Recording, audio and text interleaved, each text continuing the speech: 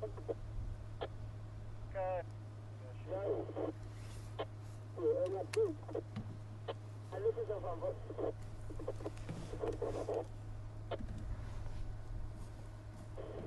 everybody, welcome to Wild Earth this morning. Sorry about the delay, but we're good to go now. Sounds, I've just been asking if there's been anything that's been found, and so far there's not been too much. But we're going to head down to the dam. Apparently there was some, possibly elephants calling. I did hear some hippos calling first thing this morning and a little bit later on, so I think the hippos have been having a little bit of an upset. So let's head down to the dam, see what's going on, and see what else is around. And we might just make our way over to the hyena den as well, see if they're up and active. So a couple of things to go and look for, and hopefully we'll see some other animals along the way. Keep your fingers crossed. But it's beautiful blue sky, so let's jump aboard and get on with the drive.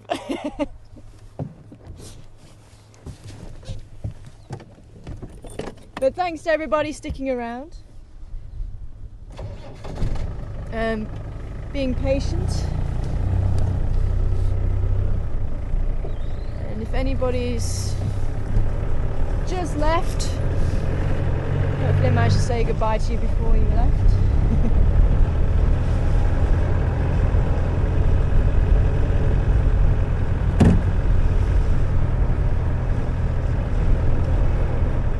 Oh, is that the baboons there? Oh, it is the baboons there. I didn't even see them.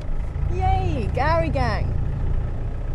Let's go and have a quick hello. We haven't seen them for a few days.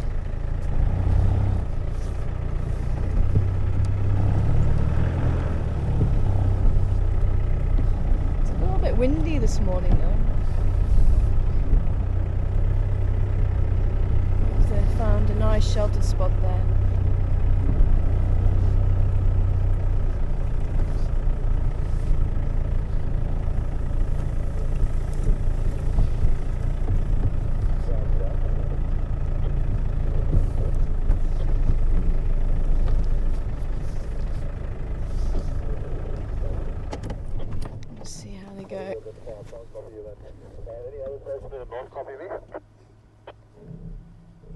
Good morning, I do. Morning, just wanted to get an update for that side. I'm not too sure what's been out here. I've only just come out myself, but Ephraim did say that there was some Ngala around in Koro, but I'm not too sure. There was some in Dlov, but I didn't quite copy where they were. Right, no copy. I know there was a Makulu family in Dlov that went straight north from the little Gary driveway up to Bamendela, so that was quite early this morning. There's two Matinki on the double M boundary. There's the Ngala that were around in Coral with the two Kahuma young daughters. I think they've now gone into KMP. And the guys are following up on responsible for those Salalas around Citrus. Copy that, thank you. I think they did say the Mbisi Kai was active, so I'm going to try and make my way that side as well.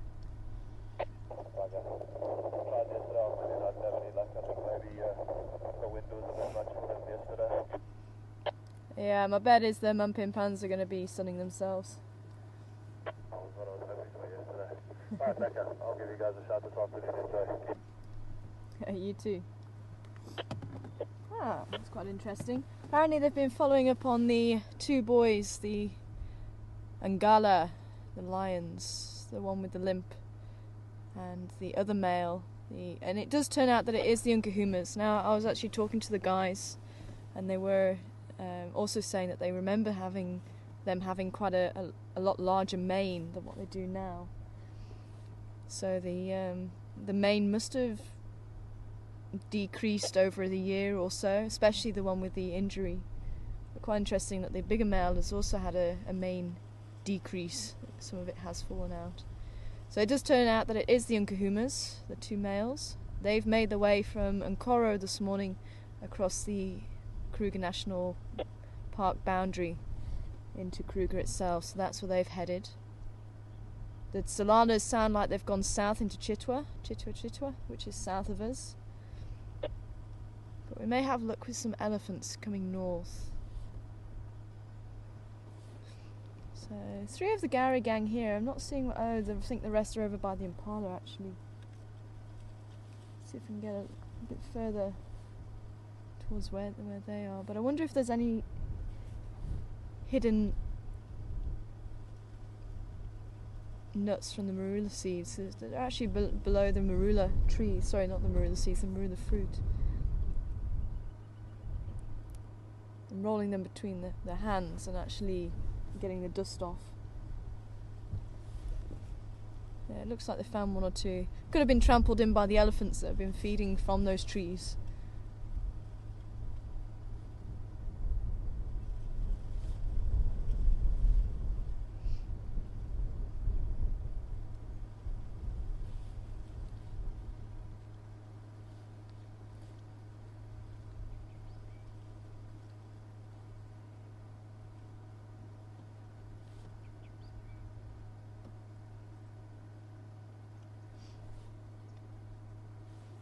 I'm just going to pull forward so I'm going to have a look at what Evelyn's doing as well.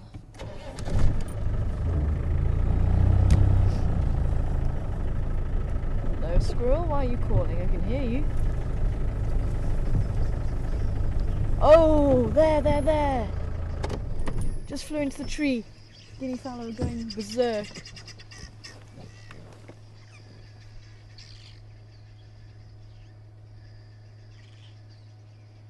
It's that juvenile martial eagle that we've been seeing.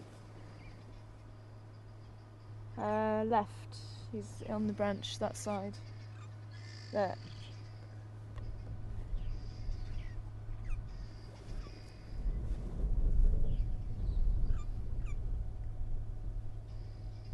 I wonder if he was actually hunting the guinea fowl. I think so.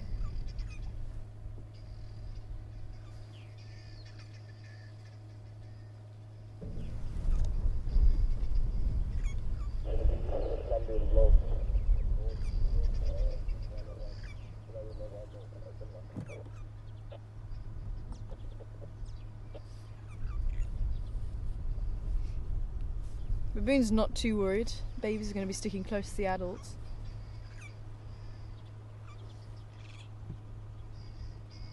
And the impala is still a little bit too big for this juvenile. Excuse me. Should we see if we can get a little bit closer to him? It might just fly off, but we might just be able to close the gap just a little bit at least.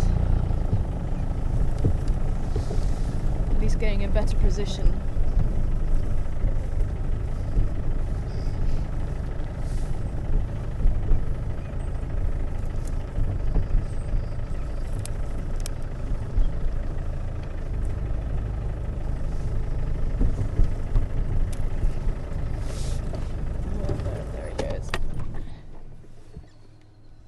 That's obviously why there's squirrels calling as well.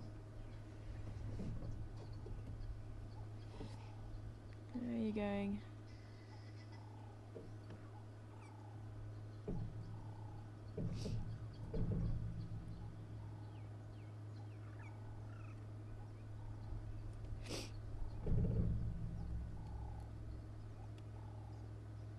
Still flying low. I think he's still trying his luck.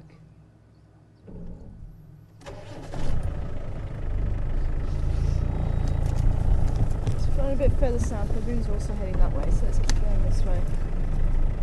You can see that was the tree that we were sitting in, so we were quite far back.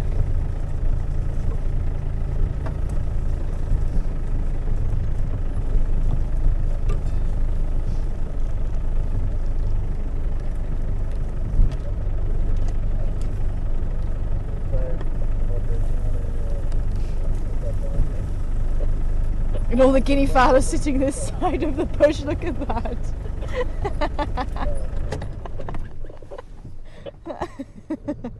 He was actually sitting in the tree, the dead tree just behind that. And all the guinea fowl are cowering this side. Those that flew. Those that were too close just took cover. So just the reaction from the guinea fowl alone can help to determine when they're calling where the threat is. If they're on the ground, it's usually a threat from above, in the skies, in the form of eagles, and if they're sitting in the trees, then it's more likely a ground predator.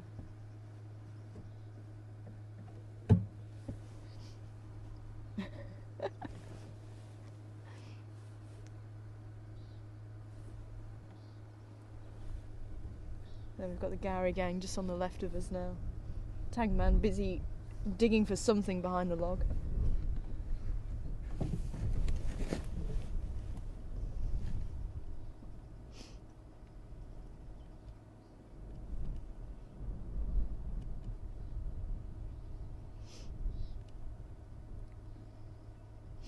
Oh, found something good there.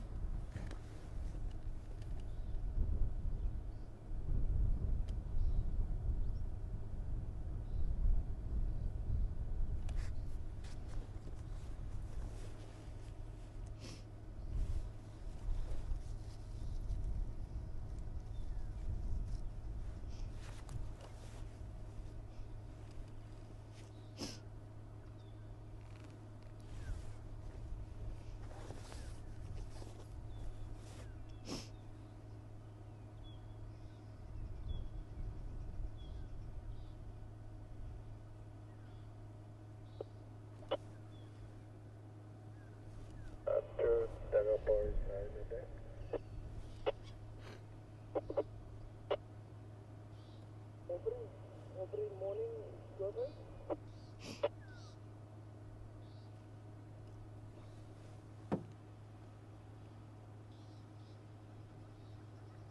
Every morning, Jordan, can I get an update, please? Morning, brothers. Only two Tanga boys and other members singing something low. Those roads and junction was cut down. Also, the pitch guard was very active. Not that.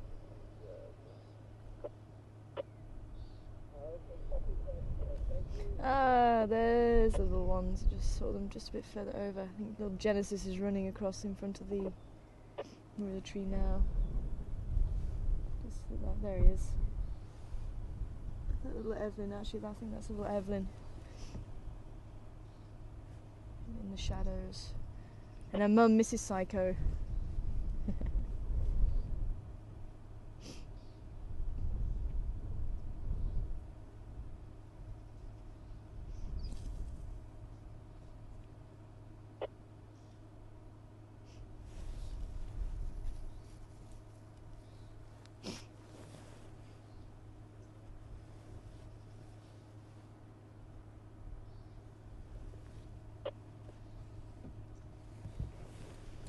Shall we go and see if we can have a closer look at the little ones, now that we know where they are?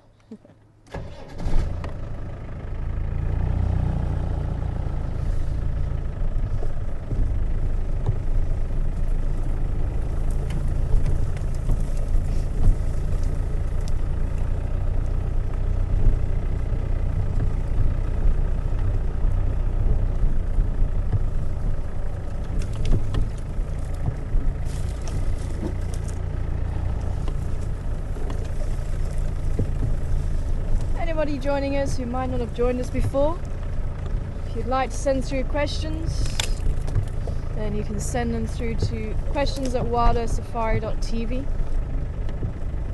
And anybody that has joined us before and you can't remember the address, then there it is. questions@wildearthsafari.tv.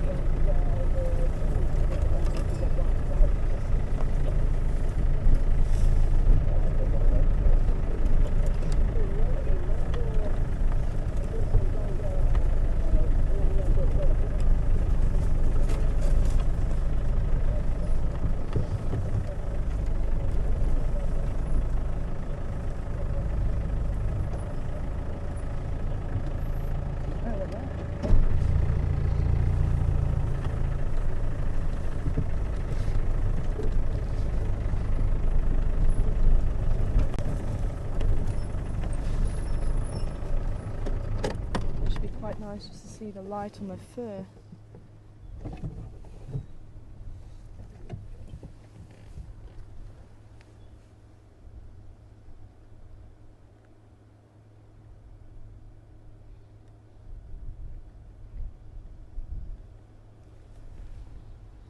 There we go, there's little Evelyn, born November.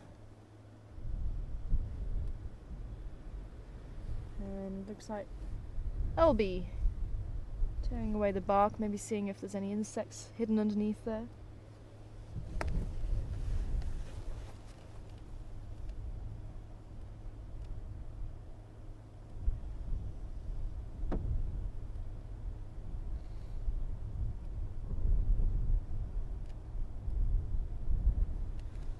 Unfortunately, it looks like the elephants have taken off a ring of bark around the tree, which does mean the tree's not going to survive.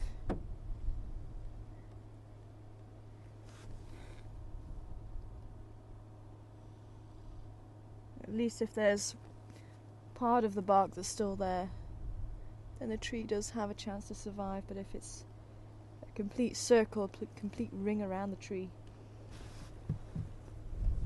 then the vital transportation system of food and water,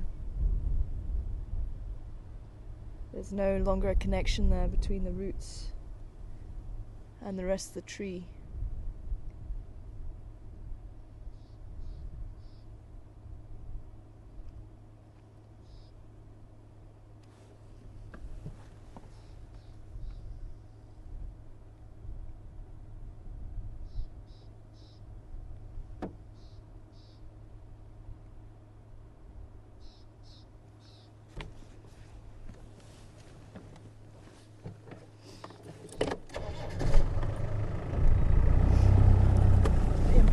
Sticking around where the baboons are going. Baboons have a very good early warning system, and they'll also utilise the early warning system of the impala too, so it's hand in hand.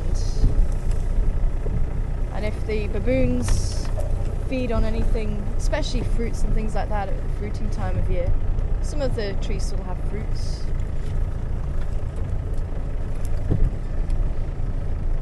If they're feeding and they happen to drop anything, then the impala are also there just to pick up those fruits that drop,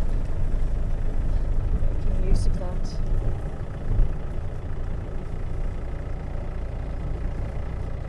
There's like a couple of members right there.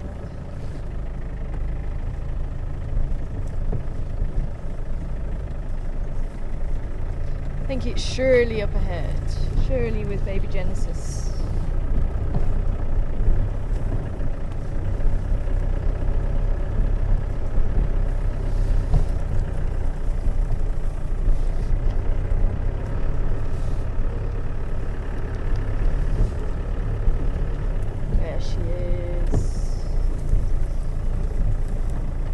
Hi Jojo, good morning to you.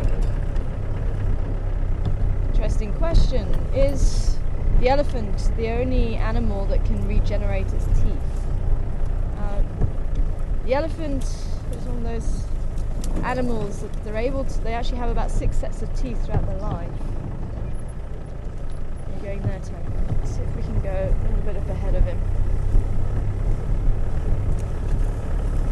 Each one being replaced from the back, so it actually works like a conveyor belt. It goes from the back to the front.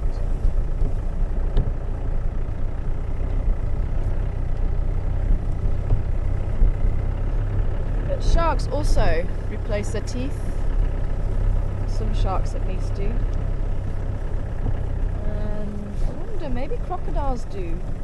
I'll have to check up on that.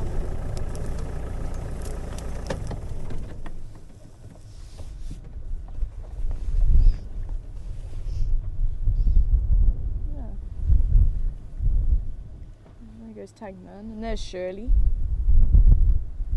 the first lady. She's the most dominant female of the troop, with Genesis on board.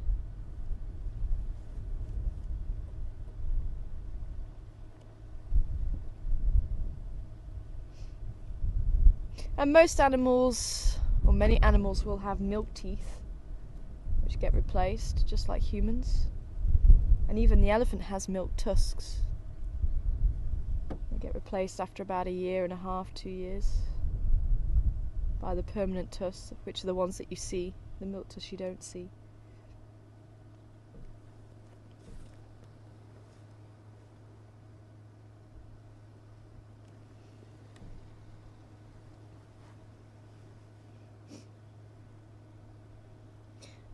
And you can see the baboons feeling fairly relaxed, fairly comfortable.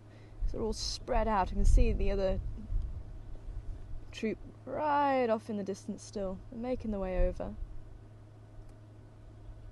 It won't pay to be too far away from the big male. With the protection of his huge canines and the strength that he will bear will help to protect the troop if they do run into trouble.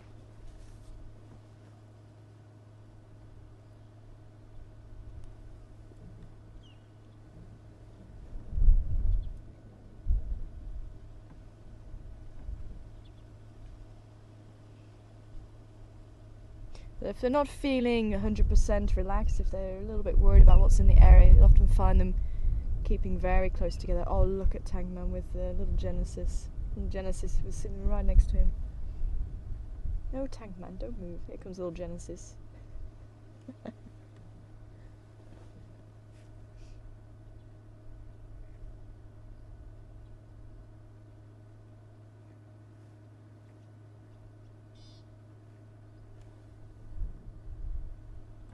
Oh, this is quite interesting. We've got Gordy walking behind us and the rest of the troop walking in front of us.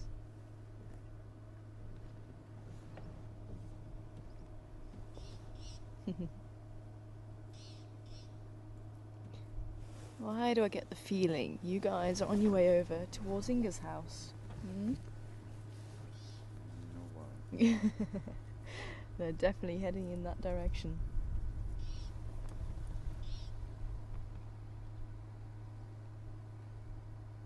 They are incredibly strong. And we did put curtains up over the doors, but we didn't actually put curtains up over the windows, and I think that was partly the reason that they started breaking in again, because they were looking through the window and seeing that the curtains that we put up weren't actually a barrier at all. So they started breaking in again. And they have been strong enough, and I think it's actually Tankman. Apparently people have seen when they break in, the female's kind of just sitting back and waiting, and Tankman is the one that starts breaking in, and even Graham said he'll be the culprit. And he learned from one of the other males, I forget who it was, I think it might have been Barry, one of the big males, and they learned how to open the doors, and they actually lift up the sliding doors that you get, these big sliding glass doors, and they'll actually lift them up from the rails and pull the door off the rails.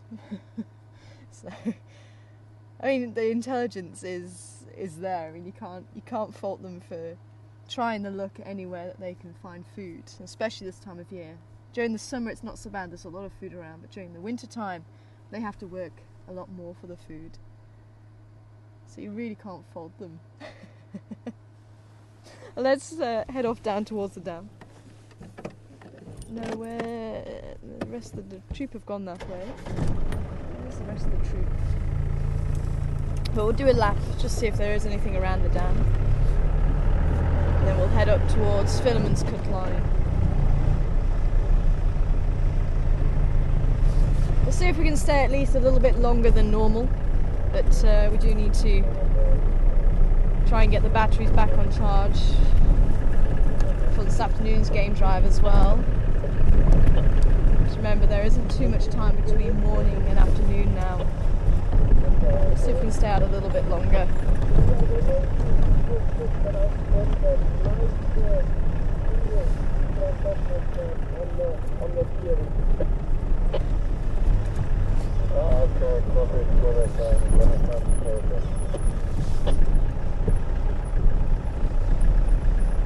And that's one thing about these primates. I mean, some of the small primates as well, like the gibbons. Now the gibbons, who have got extremely long arms, and they brachiate, they swing from branch to branch. They very rarely come down to the ground. The strength in those arms from living in the trees and swinging from branch to branch is immense, and yet they'll be just the same size as a baboon, some of them.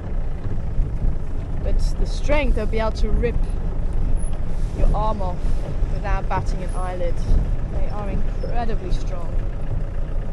I forget what the equivalent is now. It's something like they're 10 times stronger than the world's strongest man, if they were the equivalent size. It's something like that. It really is quite amazing.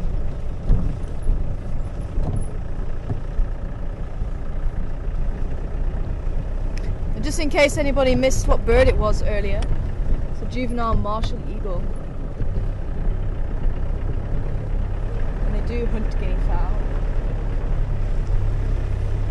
which is why the guinea fowl were taking cover. There's the hippo.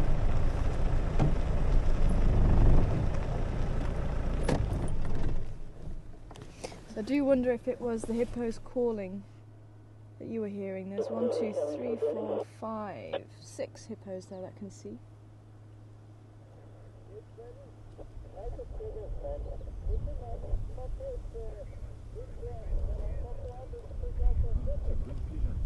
Yeah.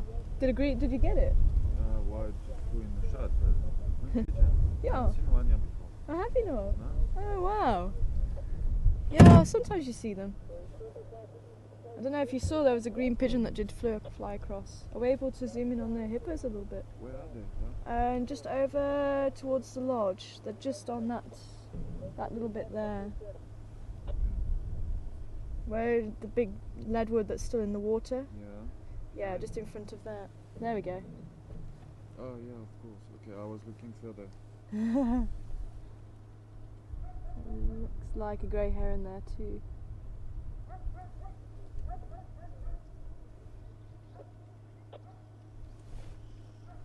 Yep, baboons have just found Inga's house. You can hear the dog barking at them.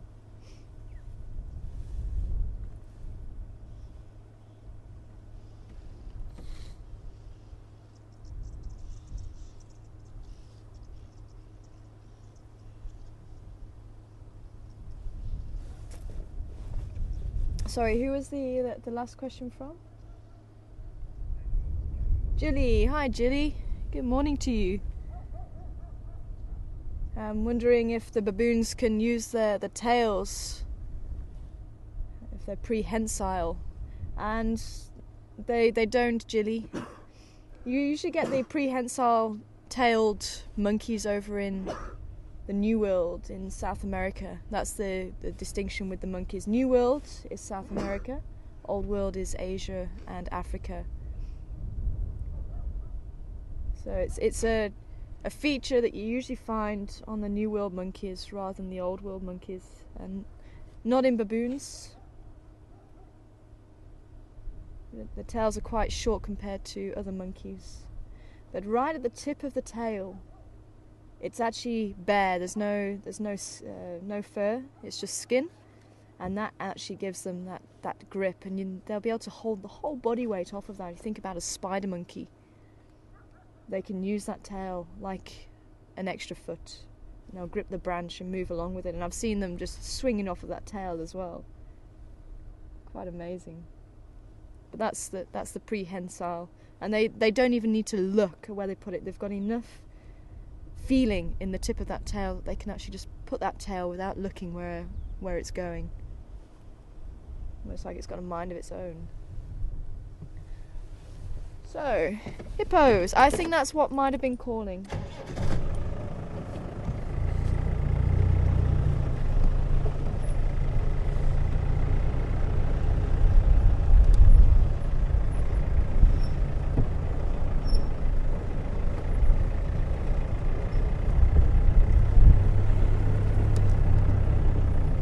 I think when somebody was just asking about the elephants on Facebook, I think, and we just switched over because we don't actually control the camera anymore. It's controlled by Zoomies from across the world. Everyone takes a stint, so if there is anybody out there that would like to become a Zoomie, I don't know if anyone was actually in control of it this morning, maybe that's why it wasn't moving. But if you think you'd like to give it a go, I think it's an hour stint or something, control the camera, then there is a possibility to do that. I forget what the email address is you need to send that to, but I think it is on a blog. So if you go into the Wild Earth webpage under Safari News. That's where all the blogs get posted about the leopards and the updates and things like that and information. And just go back and have a look, and it should say Zoom is needed. And then it'll have the details on who to contact through that.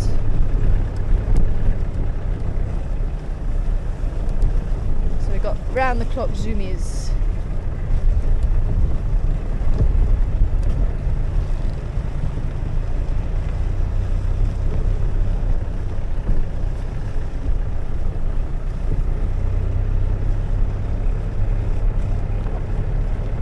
Hi Brenda, I'd love to see if we can try and find some giraffes, and we'll try and focus on them. I did find a giraffe the other day, but he walked off. He was camera shy, so it wasn't my choice. we didn't stay with him.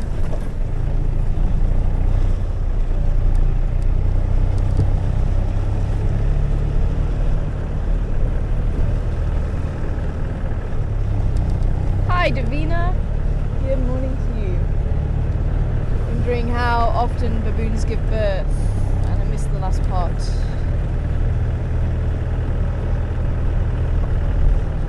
Oh, do they stay with the troop the whole life? So they probably have a birthing interval of probably about 2.5, maybe 3 years. The gestation period's 6 months. So we've been seeing Elby, that was the one that was up the tree. She was being mated, and actually her anus doesn't look as swollen today, so I think maybe she might have fallen pregnant.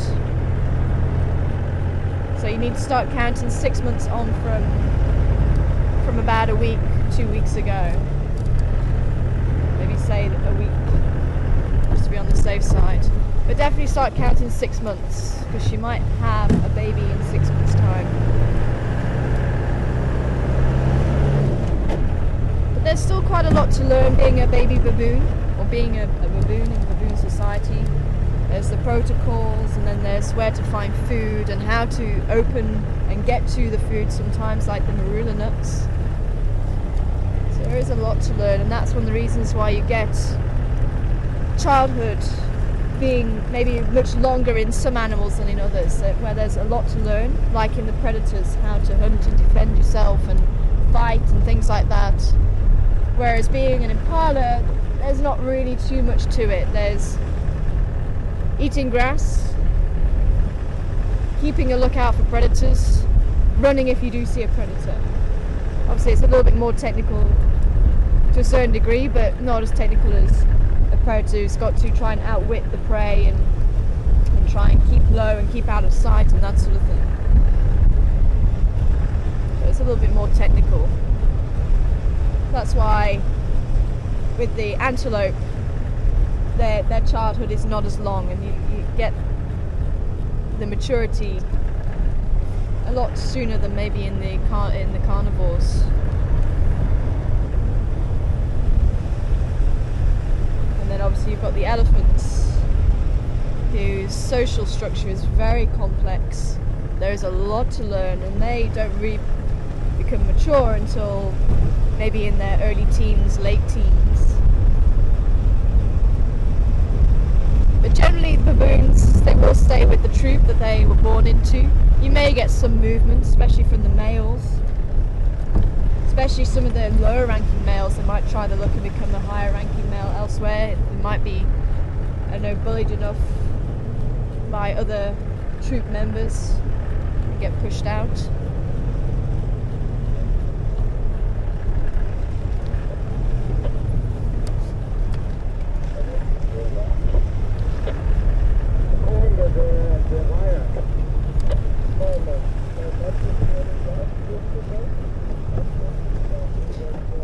Let's go and have a look for some elephants.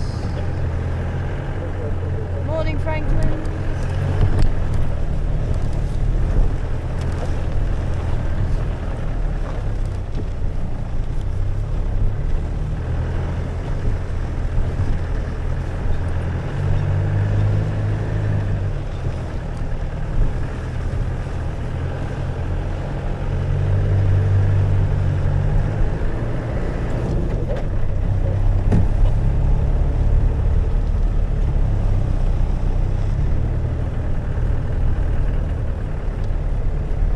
crossed over onto Rebecca's Road.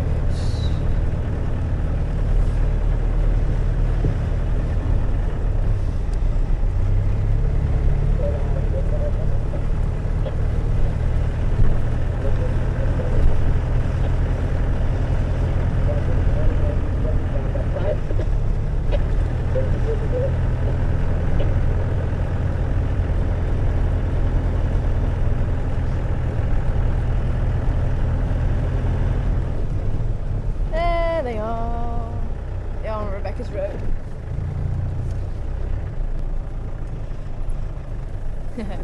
We do a long visual. I see them just over the top of the tree there. Bless you. Yeah, just there we go. Yeah.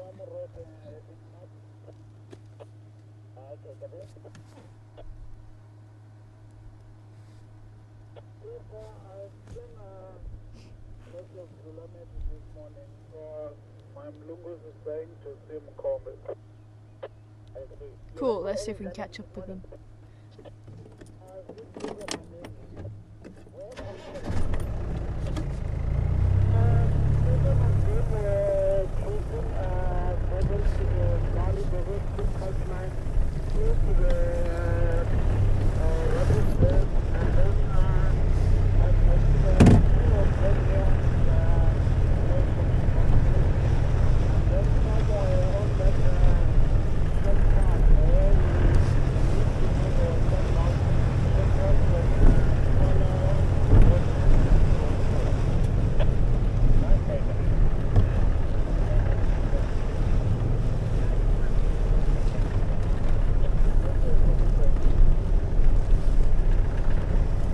Hi, Pete. Yeah, nothing to you. Oh, sorry, Ed. Ed. Sorry, Ed. Good morning to you. Wondering why humans are classed as a predator for baboons. And unfortunately, humans have quite a big conflict with baboons. And because of partly their intelligence, their strength, once a baboon learns that they can find food in the house, they will keep going back, as unfortunately they do with Inga's house and with other houses in the area, even Graham's house. And once they find that they can get in there, it's very difficult to deter them. But it is possible, but you just have to go through the right stages. So you have to try and make it baboon proof. Say curtains, if they look at the curtain or look at the glass with the curtain behind, they think it's a barrier. But as I said, a little bit later or a little bit earlier, after they'd seen that, we thought we deterred them. But then I think they did look through the window and found that actually that barrier was not a barrier at all, and they went, oh, they've been tricking us. Let's break in. But that was human fault, not the baboon's fault. They're just wanting to find food. As annoying as it is and frustrating when you get to your kitchen and you find that baboons have been there and raided everything, and you find food that they didn't really particularly like spat out on the floor and dung everywhere, can get very frustrating. And unfortunately, humans do take it one step further. In some areas, people do actually feed baboons, and if anybody does come to any areas, especially with monkeys, but any animals, I do urge you, please do not feed them. As much as they look like they're begging for food, you're actually not helping the animal in the long run. Maybe in the short term, but not in the long run. Because they do become a pest, and they start coming to people and start begging for food and carry on begging for food, and then you get some animals like baboons who then take it a step further and they actually start stealing food. And they'll actually intimidate people, and they will actually bite people for food because they know that's easy food, and they know that they can get this easy food. And unfortunately, when they become a problem like that, unfortunately, people do put them down because they are becoming a danger to the public.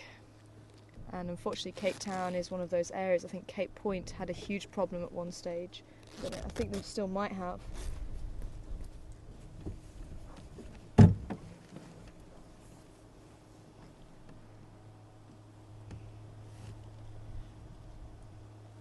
And even hyenas in Kruger National Park as well.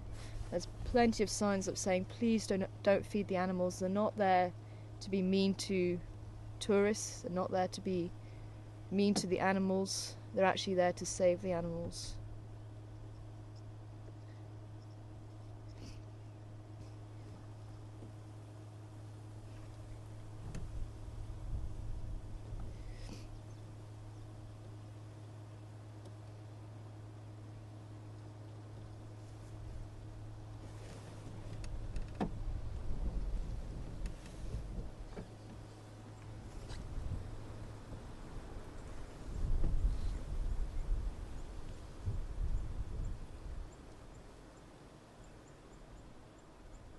Hi, Jewel. Good morning to you. Wondering if baboons have 4 fingers and 1 thumb like humans. And they do. They have the five digits. Although their thumb would not be as opposable as our thumb. But there is still some movement there, but they still have the 5 digits. Some animals have reduced digits, some animals, like the zebra, all the bones are in the foot, but they all fuse together to make the 1 foot. Elephants also have the five bones in their feet, but it's all fused together, so it has the appearance of 1 foot. Even cats, they'll have the four toes, and then their dew claw would be kind of the 5th toe.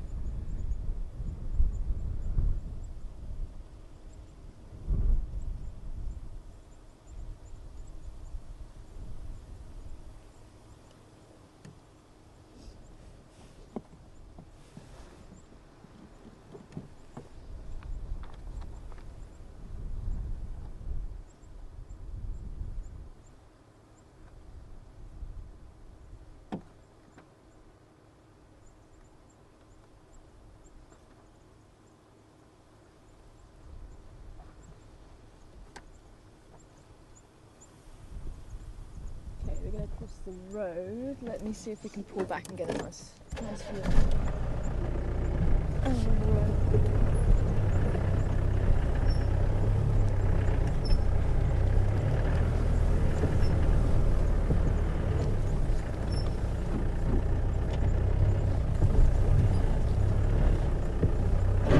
Oops. Sorry, Gunda.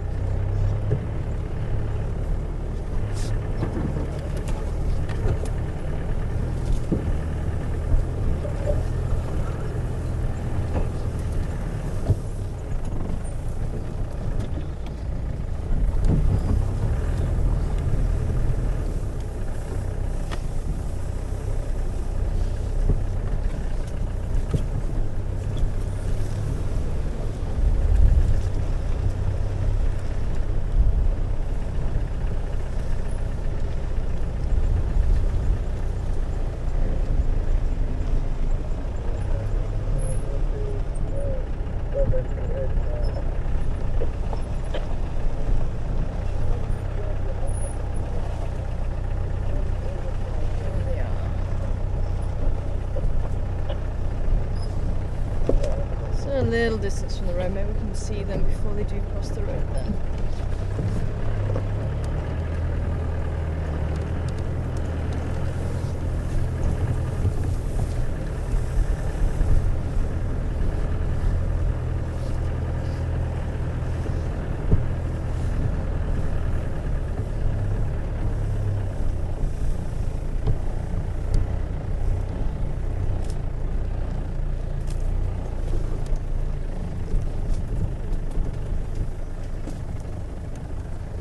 Little one.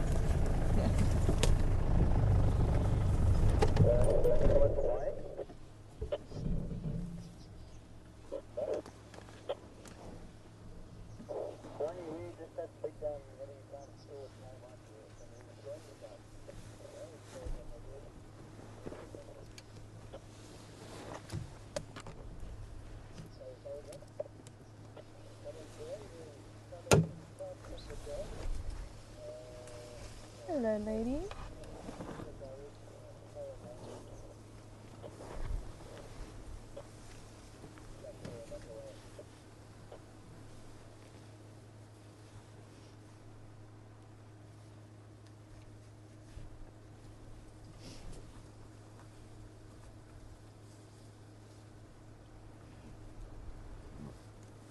I think this was the herd that we saw the other day. Remember, with all the boys that were being quite boisterous with each other.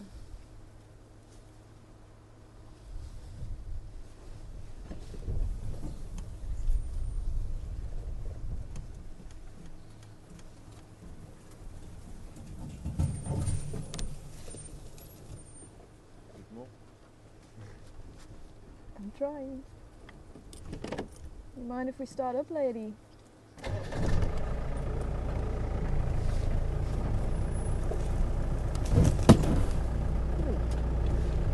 Stop us going anywhere. Try again.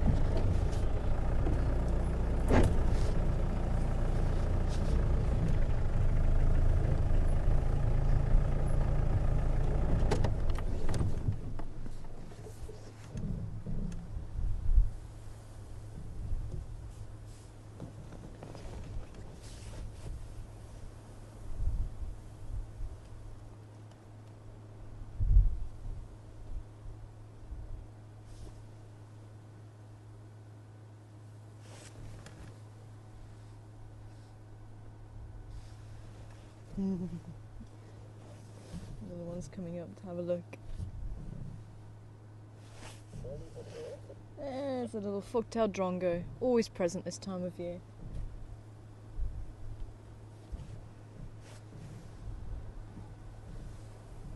That's a little black bird.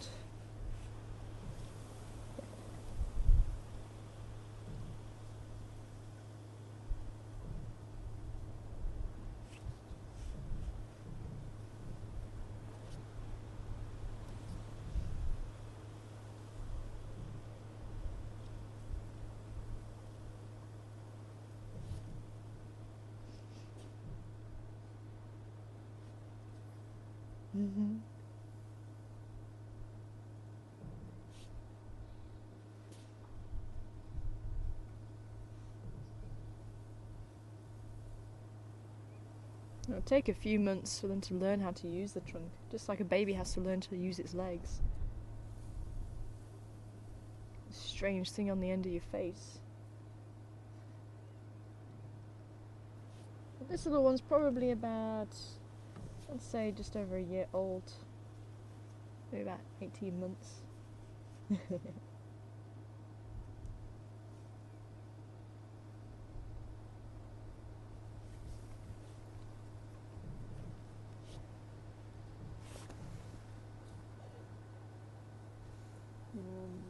That was the other little one that we were looking at. This little one I think is probably a little bit older. Maybe a couple of months older.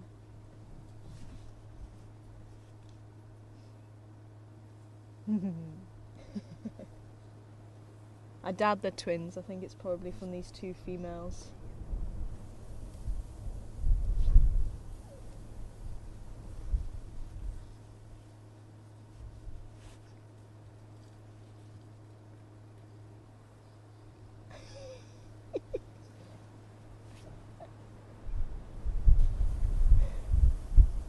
Now, if you were with us the other day when we had the young boys trying to intimidate us, that's exactly what I was talking about. That's got to be a little bull. They start copying the adults from a very early age, and they try and intimidate. I've seen them intimidate warthogs, but this little one's trying to intimidate the little bird.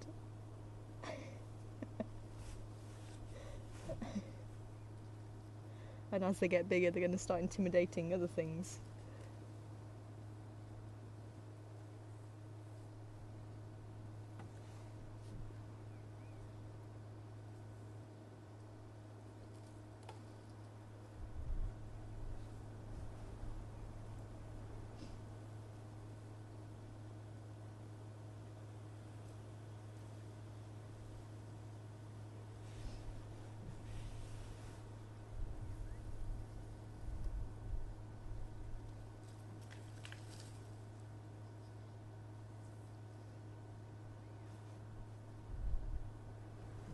She's obviously found some good roots in there.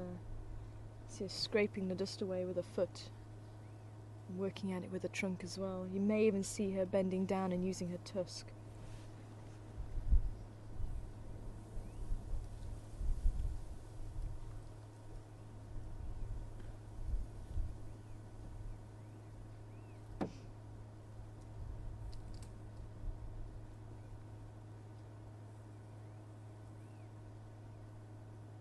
Baby might just come in and see what Mum's up to. You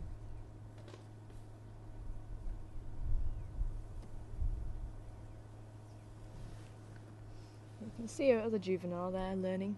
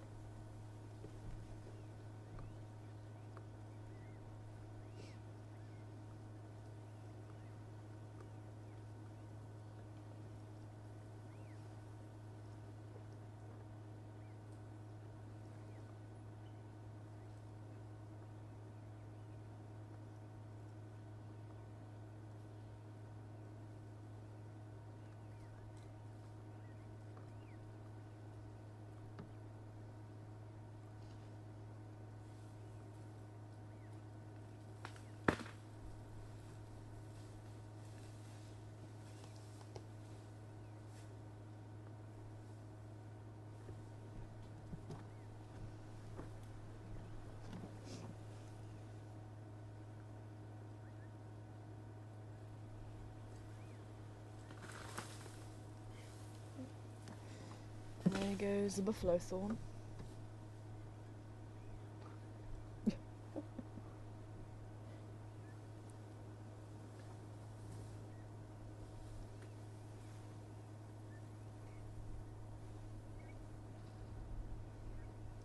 Unfortunately, the thorns and the hooks, not really much of a defense against an elephant.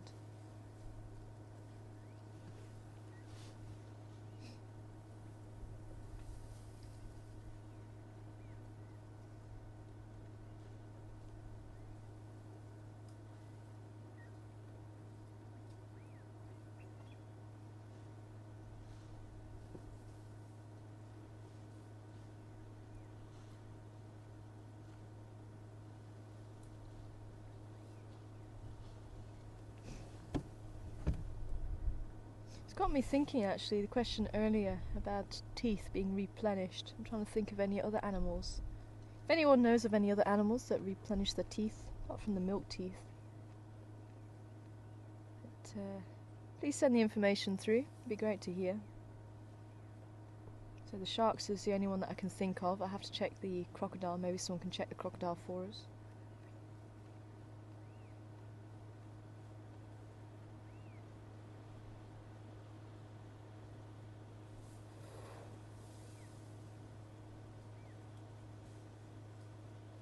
send that information through to questions@wildearthsafari.tv.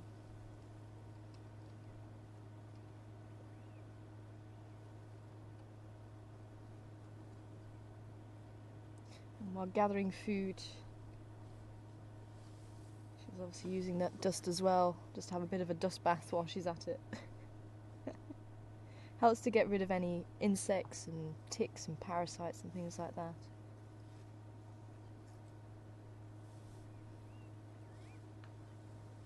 Unfortunately, this time of year, not really too much mud about.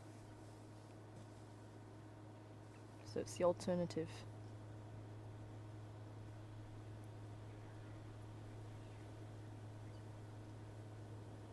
Hi, Jojo.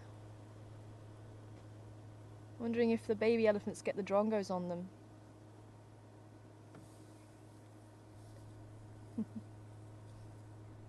Hello, lady. Have you only just noticed us?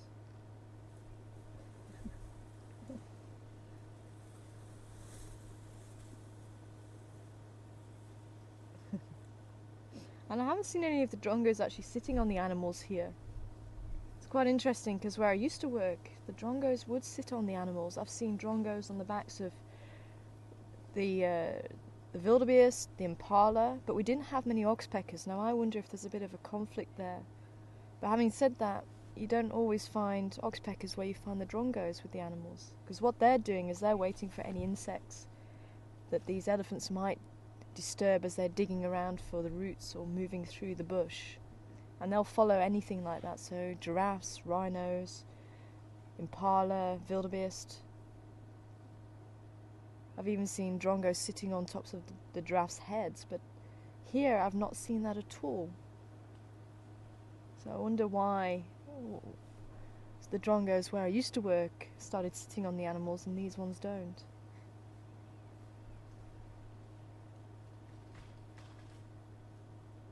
I must admit, I don't remember seeing them sitting on the backs of the elephants though. She's pulling down another big tree. Let's go and have a look.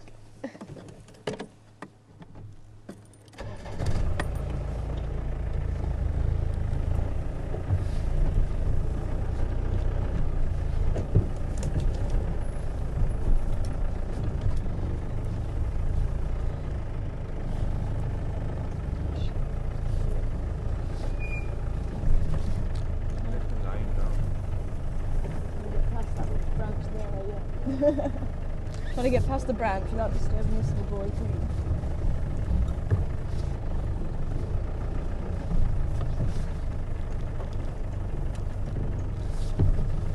Ah, there we go.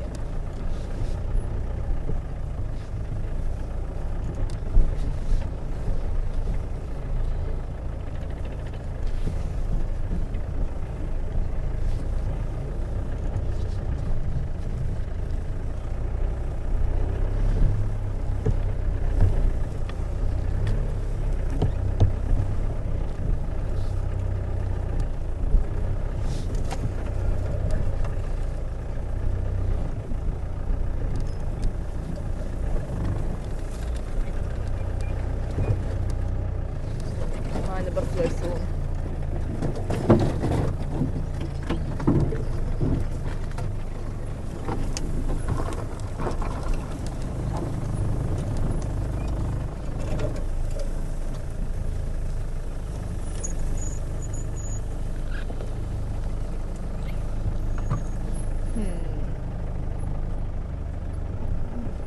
Go on just a little bit more.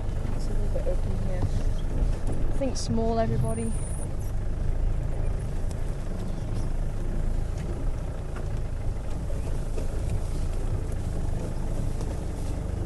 Oh, this might hurt.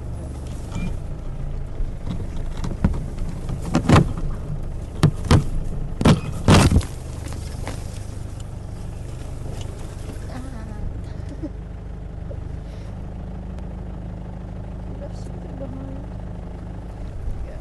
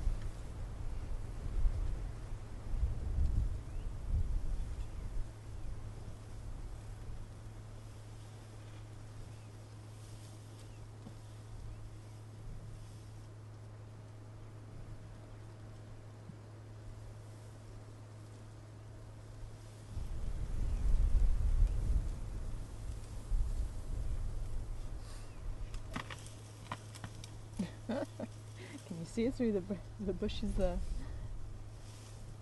Oh, she's going for a bush willow this time. I think she's moved off that way, so we might just be able to squeeze in here now. So I don't want to push my luck, because they're actually being very accommodating to us.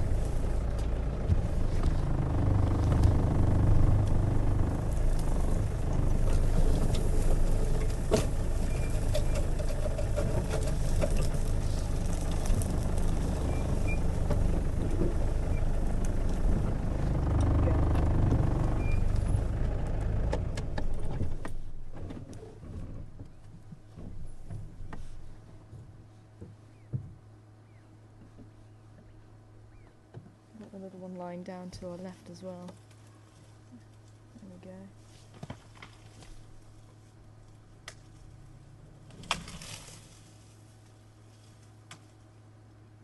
Oh look, the little two little ones are going to start playing. Look.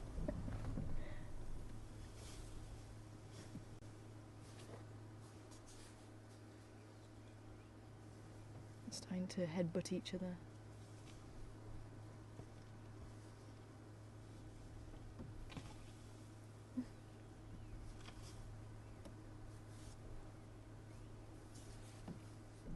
Come on then.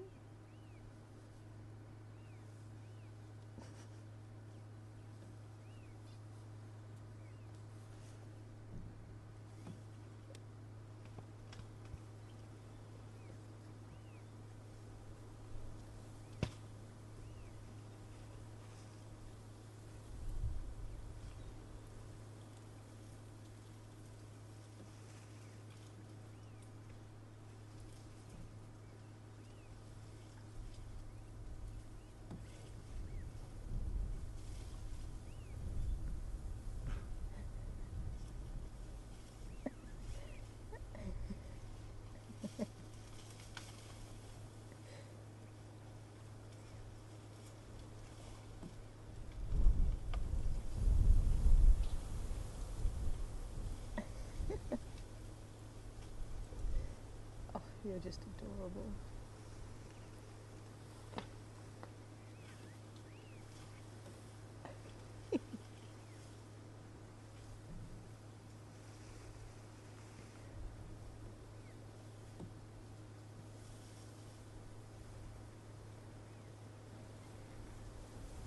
And now you're scared of your own shadow. What's that about?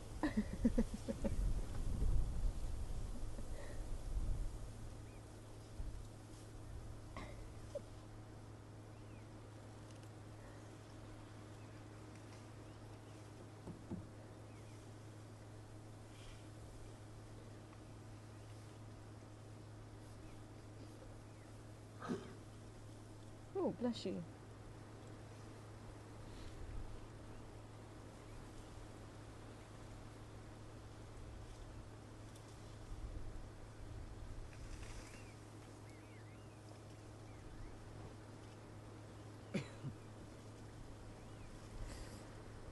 Ow.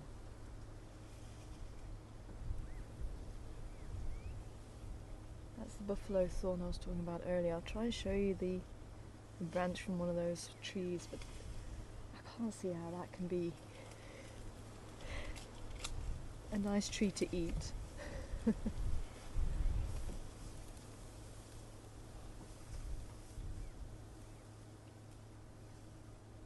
You might have noticed the calf putting the trunk inside the mouth, and that's one of the ways they can actually learn what to eat. They can taste what mum's tasting or a relative is tasting.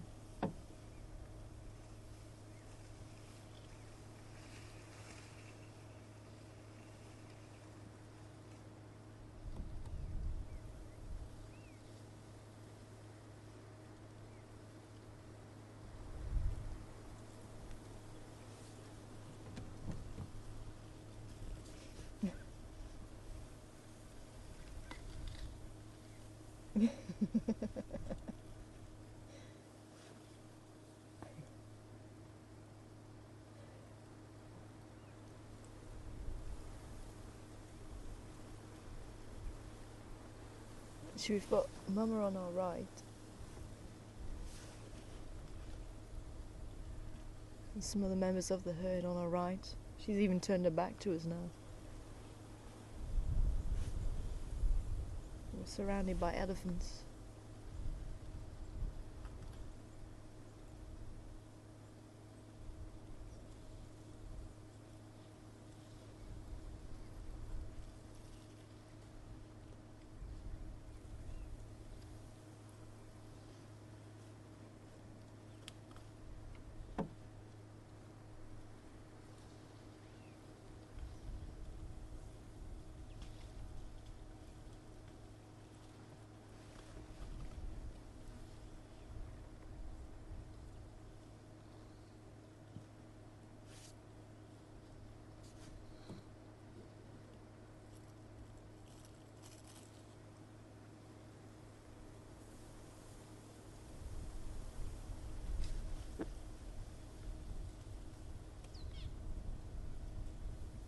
Oh, you see the two birds in the sky?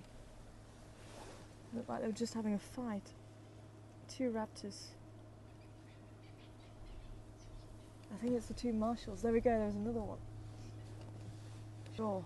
I don't know if you did catch it. Yeah. Something was going on between them. I didn't see what the other bird was, but one of them looked like it was the juvenile marshal eagle. Oh wow, they're going to come back over. Let me just see if I can pull back just a little bit. Sorry, Ellie's. There's actually a dogfight going on in the sky.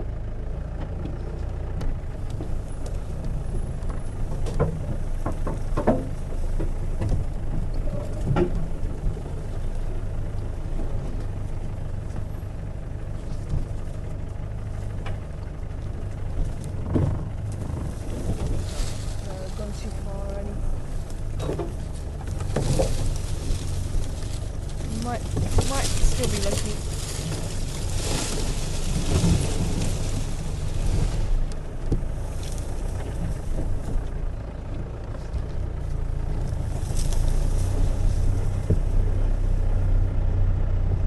Can you see them just above the tree there? They've even got there's another little bird getting involved as well. I don't know, they might have gone too low now.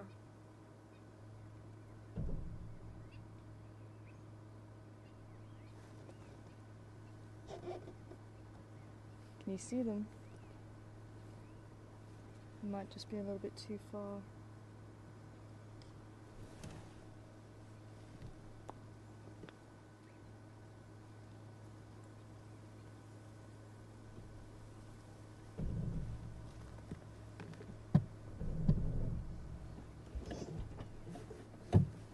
Yeah, they'd just be in that little, just above these trees here, right through that gap if you can see them. I don't know. But there is definitely a disagreement going on. There's when one's flying and it's dive bombing the other one, and the other one's actually turning over and attacking with the feet, or defending itself with its feet. Yeah, they have gone too far now. It's a shame. I couldn't see what the other eagle is. And then the little bird's actually coming in and mobbing, which is what you generally do get. Some of the big birds of prey will eat other birds, the chicks, and so you will find the smaller birds coming and actually pecking at them. Sometimes I've even seen one pull a feather out once.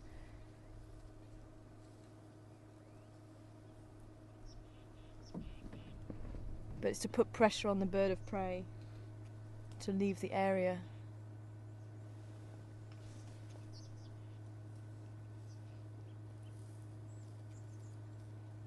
Oh, she's having quite a wide variety of trees today. This is on the acacia trees now that she's on. Highly nutritious tree.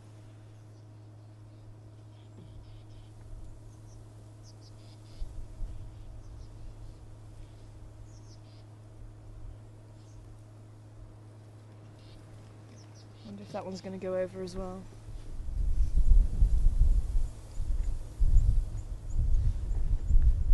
That's one of the reasons why they have thorns, to try and protect themselves. As we saw with the buffalo thorn earlier. It doesn't necessarily help.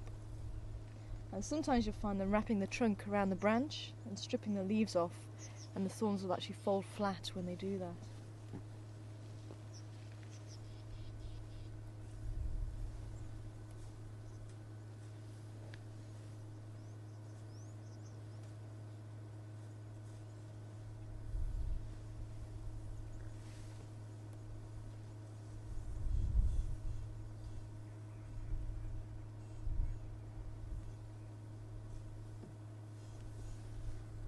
Hi Dawn. Yeah, and good morning to you. Wondering if the elephants get scratched badly by the thorn branches. Maybe occasionally they might. Sometimes you see the white scratches down the backs, and especially on the rhinos you can see that, where they've pushed through. But maybe a sickle bush where they've actually got spines instead of thorns. And the spines are modified branches, whereas thorns on an acacia are actually modified leaves. So the spines tend to be a little bit stronger, and I think they could actually, if they try and push through a sickle bush, I think that could probably hurt them quite badly. Let's see if we can move back a little bit.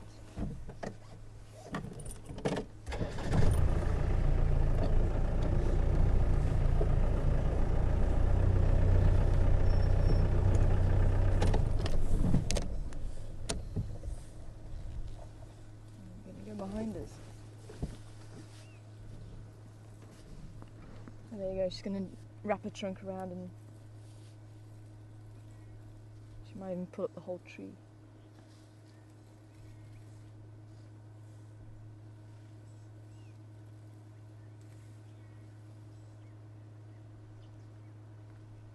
Nope, just taking a branch.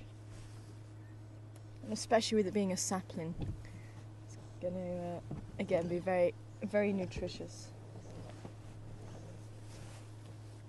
And you will find on acacia trees more thorns on the saplings because they are growing, so there's going to be a lot of nutrients going into the leaves, try and produce more leaves and plenty of food so that they can grow taller. So you do need to have those thorns, or they do need to have more thorns on them than maybe an established tree.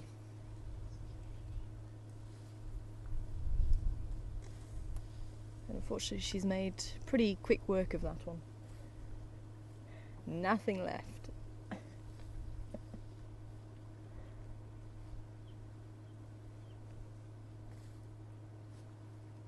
And that's the thing with these thorns. The tree have got to decide, do I make a leaf that I can produce food with, or do I make a thorn to protect myself with? So in areas where they're not really browsed upon heavily, maybe there's not too many giraffes or kudu or elephants, then you will find those acacias actually not producing any thorns, or if they do, there won't be many on the tree. But areas where there's a lot of animals that will browse, then you will find a lot more thorns on the acacias. And even on one particular tree, if there's a tree that's quite protected by other trees, then you may find less thorns on that side than on the exposed side of the tree.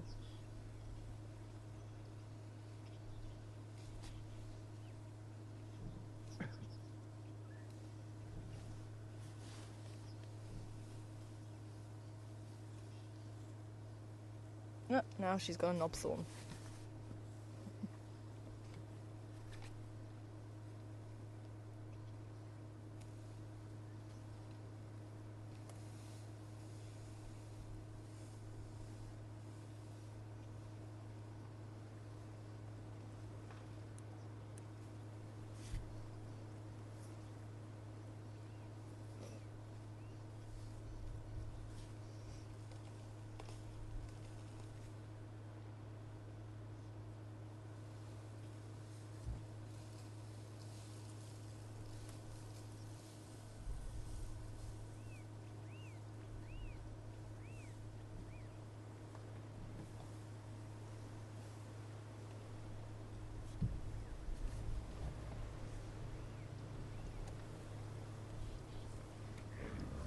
Stations Schlambiv and Love are on Rebecca's Road now.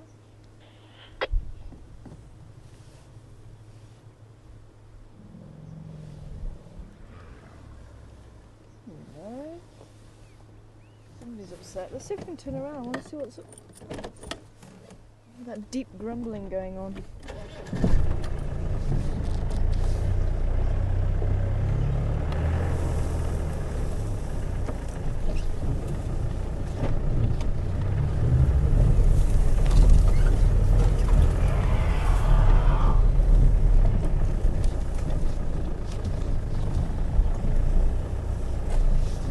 Is that someone just... Who's going to go and have a look?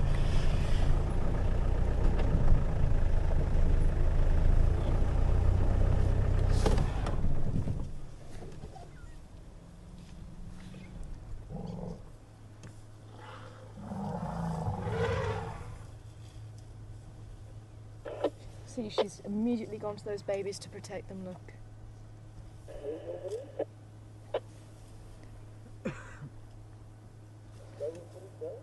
She's still eating.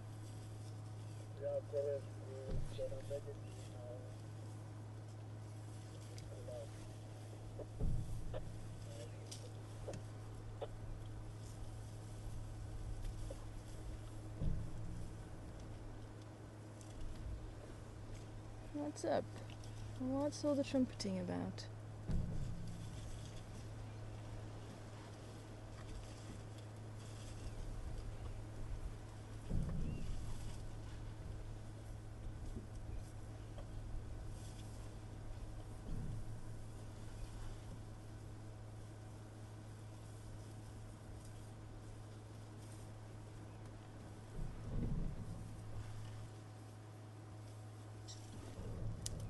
These boys not really paying too much attention.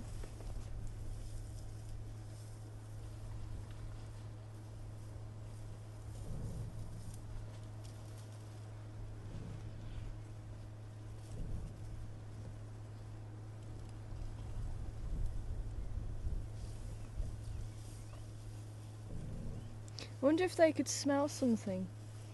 Maybe a predator or something, but it could have been a dispute.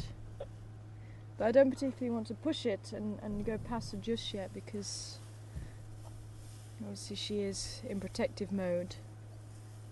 So we don't want to upset her, but I think something's happened just beyond.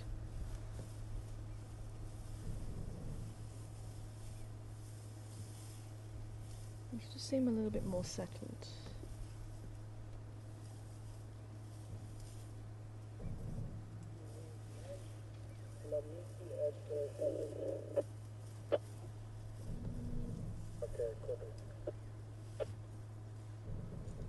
It could even be a couple of little boys messing around.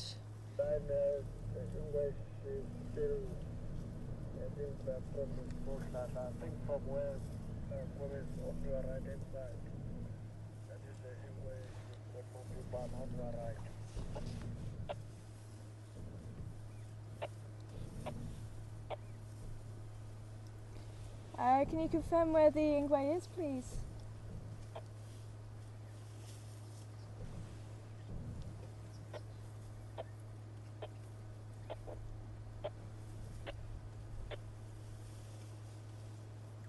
Aubrey, come in. Good morning. Can you confirm where's the Ingwe? That is in Canyon, Kayamanzi area, south of Kayamanzi.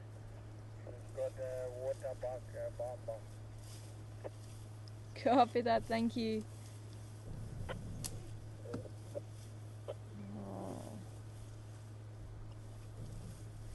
There's a leopard further north from where we are, in Kanyeni, which sometimes I think we've seen her. She comes just onto the northern part of our traversing area.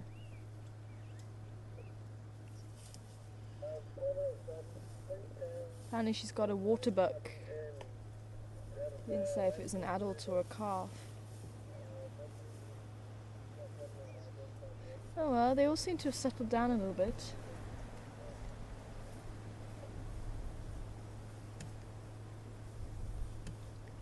I did wonder if something was going to kick off. So let's see if we can head down towards the hyena den. After spending breakfast with the elephants.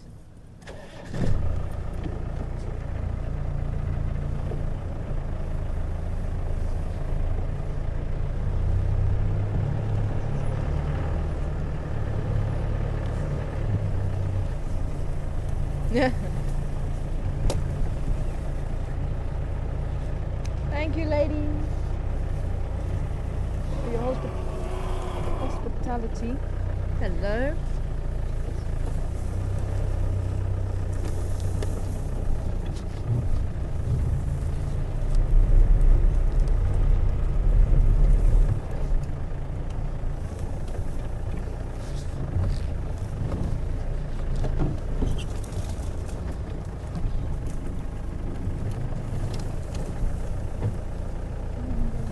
Austin Powers moment here. Austin Powers moment.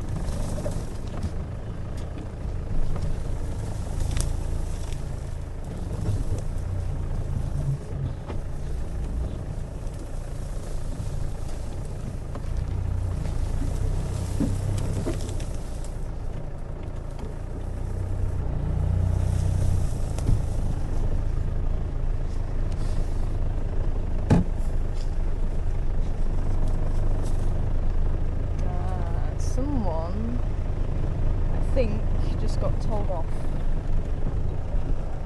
I think that's what that was about.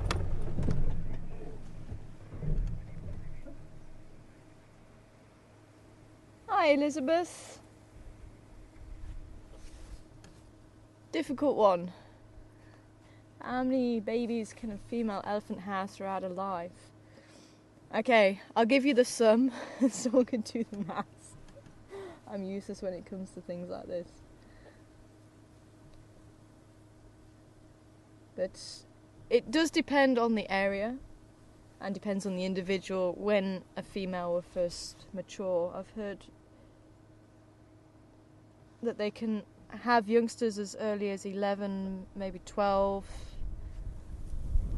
Maybe the average would be about 16. Maybe some a little bit later.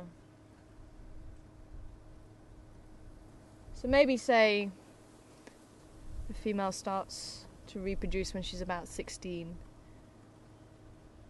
And that's actually having her first youngster. So maybe she'll have the youngster when she's about 18. So maybe she conceives at 16. And elephants can conceive, they seem to be able to conceive right up to old age, which in elephants is probably about 60, 65, maybe 70. Oh, she's got some good looking bark there. I wonder where she got that from. I see that bright red internal bark. I think there was probably a dispute between the two youngsters and she was sorting them out. Or maybe one of the youngsters got in her way and she was telling them off. Discipline is very important in elephant society.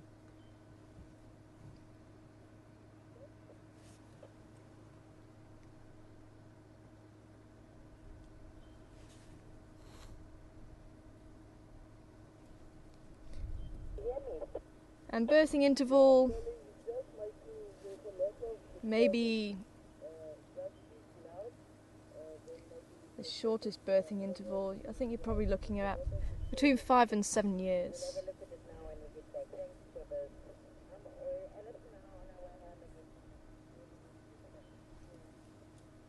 Just remember, gestation period is about 22 months. So she might conceive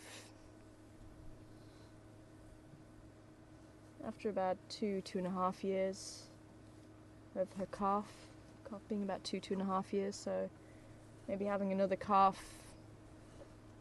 a couple of years later, so you're looking about maybe 4.5, 5 years for her next calf. That's how old her first calf's going to be. So it's going to get very technical now. So gestation of 22 months. She gives birth. She might have her next calf after about 4 or 5 years. That's what the birthing interval is known as. The time between the births of the calves. If you say one every 5 years.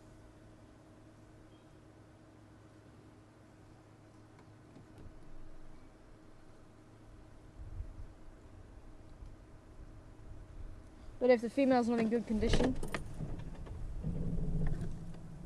then she's not going to be able to give birth to as many young.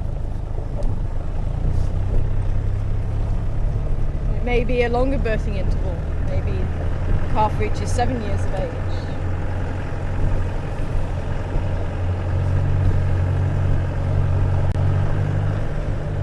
Oh, we've got a hanger on. Yeah, I'll grab it. Yeah. I want to try and head around to the hyena den. I just want to quickly show you the acacia tree. Actually, this one's better. I was just saying about acacia trees having lots of thorns if they are just starting to grow, or saplings. You can see all the thorns on this particular acacia tree.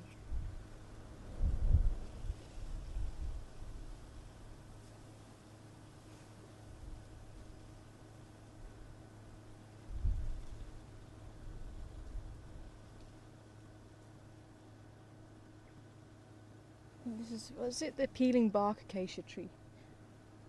For a very good reason, but you can see all of those thorns there. And yet if you find a much mature tree, you're not going to find as many thorns on that tree. Unless it's heavily browsed upon.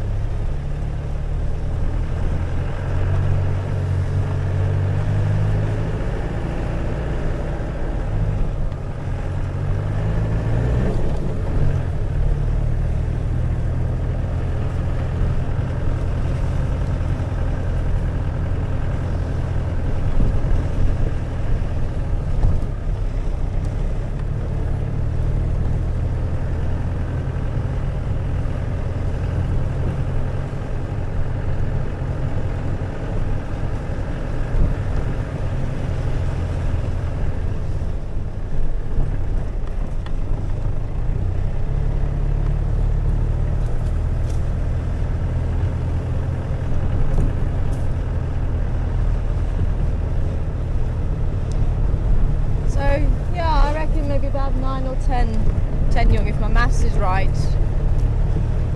Maybe about 9 or 10 young. For the averages, if she has one every 5 years, she starts maybe about 16.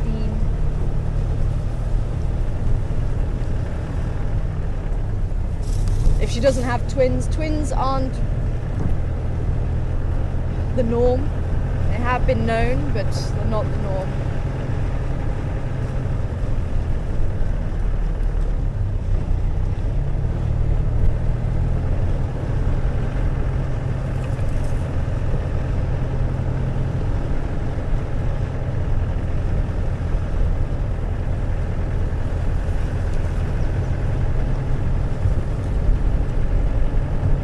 I just want to see how the hyena den's doing, see if they're active.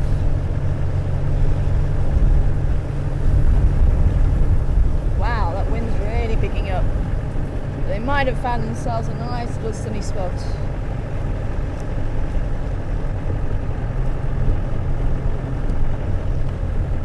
And Amber, good morning to you, Amber. I don't think I managed to get to your question a little bit earlier.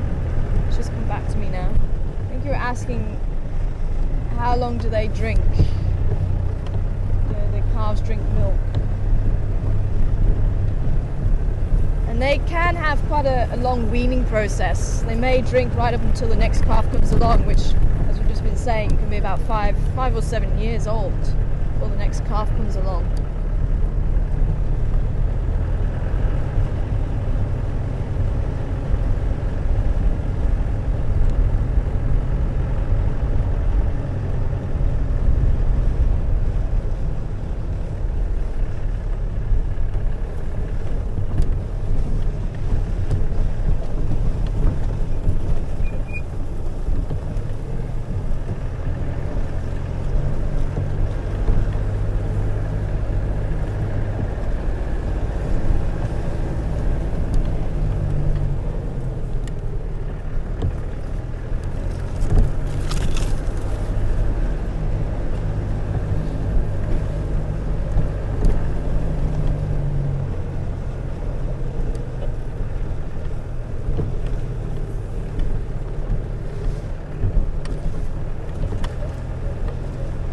hoping Brian was on board.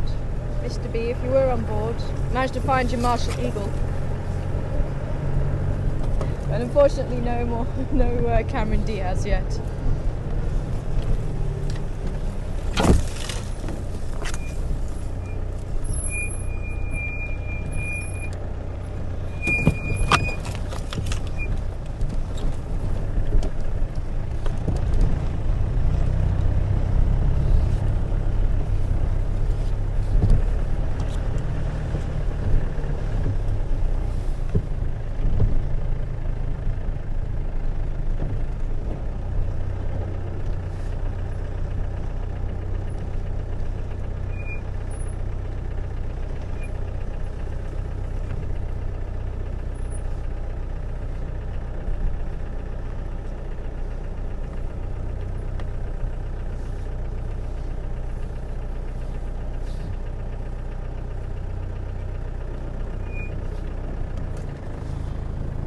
Look like the hyenas are out. Maybe the wings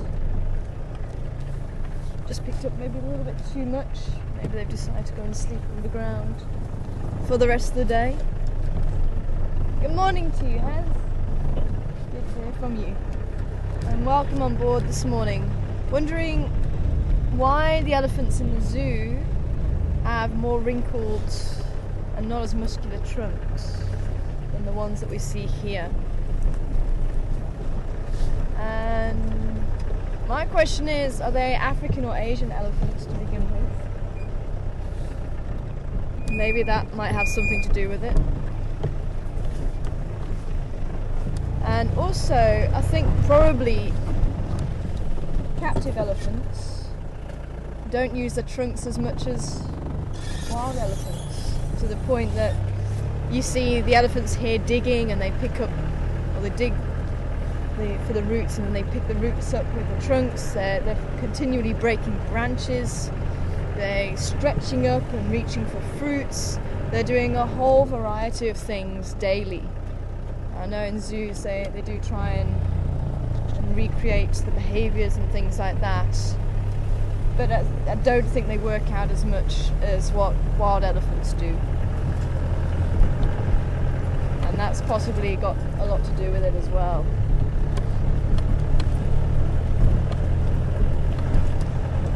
If you think about it, most of the food's going to be chopped up.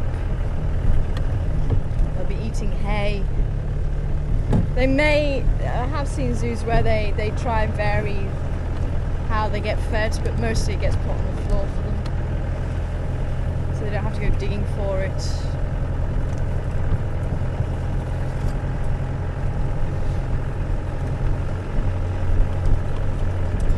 Some zoos take the elephants out for a walk, and they go and take them out to a paddock or something to go and graze, and there's nice food around.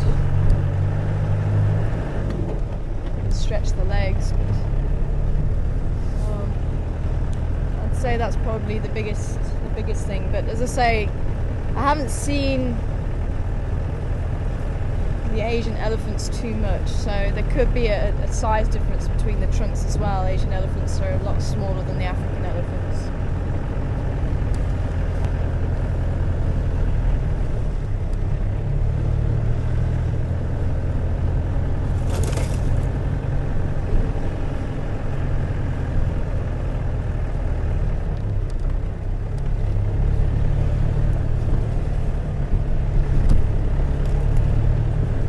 One more desperate attempt to find a giraffe. There are giraffe tracks.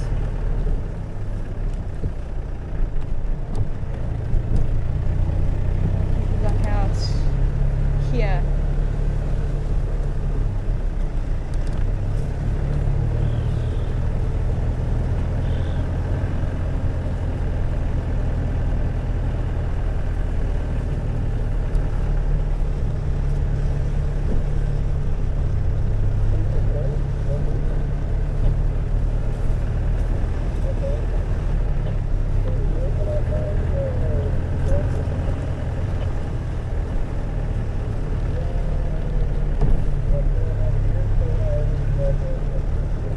actually a very pleasant temperature now.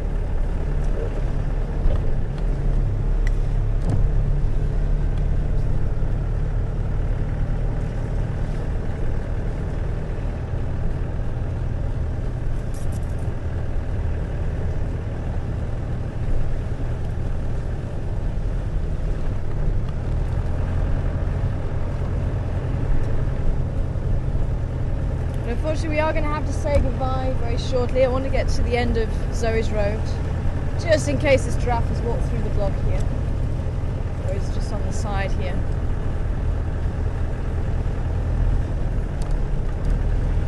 Just to make sure that we have the batteries on charge, and so they are charged for this afternoon's game drive.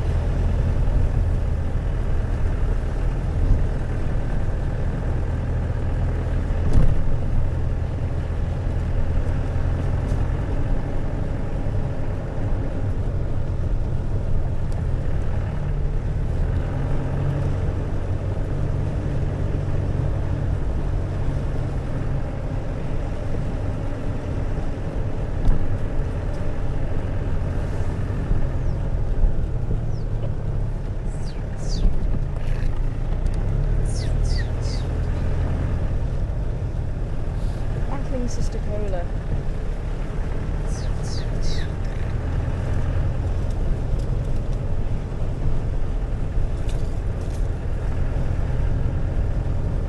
Come on, giraffe. I know you're in here somewhere.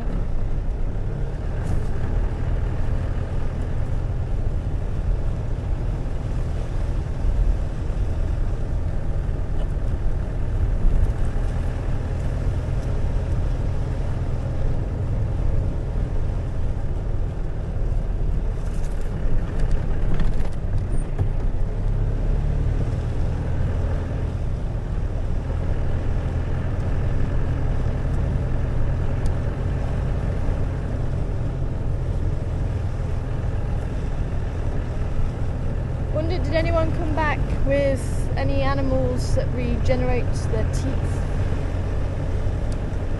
Otherwise, we should have to leave that one until this afternoon.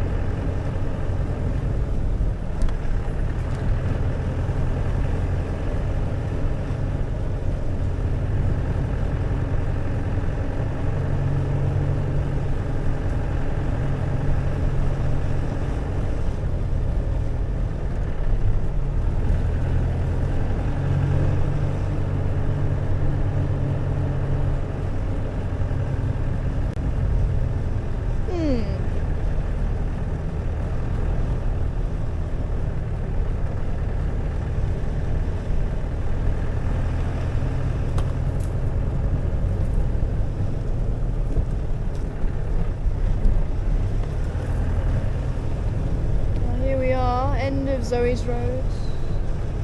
No giraffe. Sorry, Barbara. I will keep looking. Be nice to see giraffes.